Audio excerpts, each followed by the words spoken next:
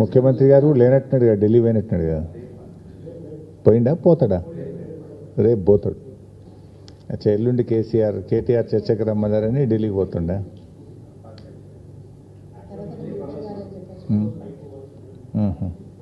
రేపు పోతుండా. ఏమనంటే ఢిల్లీలో ఉన్నానచ్చా. మాదొకటే డిమాండ్, సూటిగా ప్రభుత్వాన్ని అడుగుతా ఉన్నాం.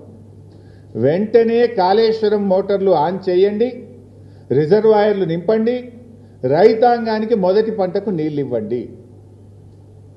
స్పష్టంగా అడుగుతున్నాం మేము. ఆలస్యం చేస్తే ఊరుకోం. ఇవాళ నీళ్లు కళ్ళ ముందు ఉన్నాయి, మోటార్లు రెడీగా ఉన్నాయి, కరెంటు ఉన్నది, రిజర్వాయర్లు ఉన్నవి. తక్షణమే మోటార్లు ఆన్ చేయండి, రైతాంగానికి నీళ్ళు ఇవ్వండి.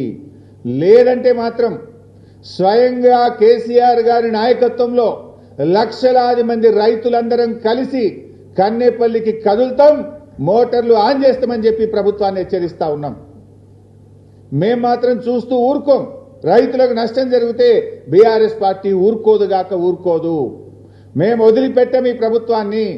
ప్రజాశక్తిలో ఉన్న బలమేందో చూపిస్తాం. మొత్తం 20 జిల్లాల రైతాంగం లక్షలాదిగా కదులుతాం, మోటార్లు ఆన్ చేసి రైతాంగానికి నీళ్ళు ఇచ్చి చూపిస్తాం. బిడ్డ, అవకాశం మరి మీరు ఇస్తారా, మరి ప్రజలతో మమ్మల్ని కదలమంటారా, మీరే తేల్చుకోవాల్సిన అవసరం ఉంది. ఇది అన్యాయం. ఇది